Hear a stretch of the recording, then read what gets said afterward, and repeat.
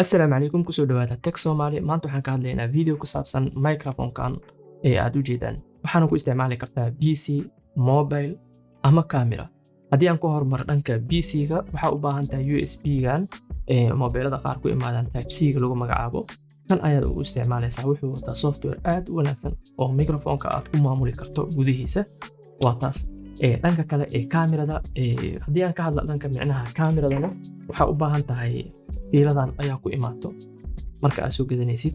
Labadeeda dhinacna haddii aad iskiin tuso, waa laba xariiq ayay leedahay. Kana taxadir waxaan lagu magacaabaa haddii aan magaceeda inaad raadisid damacdo TRS ayaa la dhahaa. Haddii aan mobile ku isticmaalayo sida hadda aniga mobile ayaan ku isticmaalayaa ilaa meeshan ayuu taagan yahay. Waxaa u baahan tahay fiiladan saddexda xariiqin leh waxaan lagu magacaabaa TRRS. marka waa intaas oo kaliya.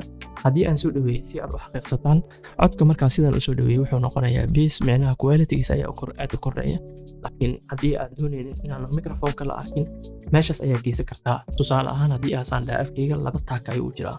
Marka wixii dhanka commentiga ama quality-ga siduu yahay igula wadaag dhanka commentiga.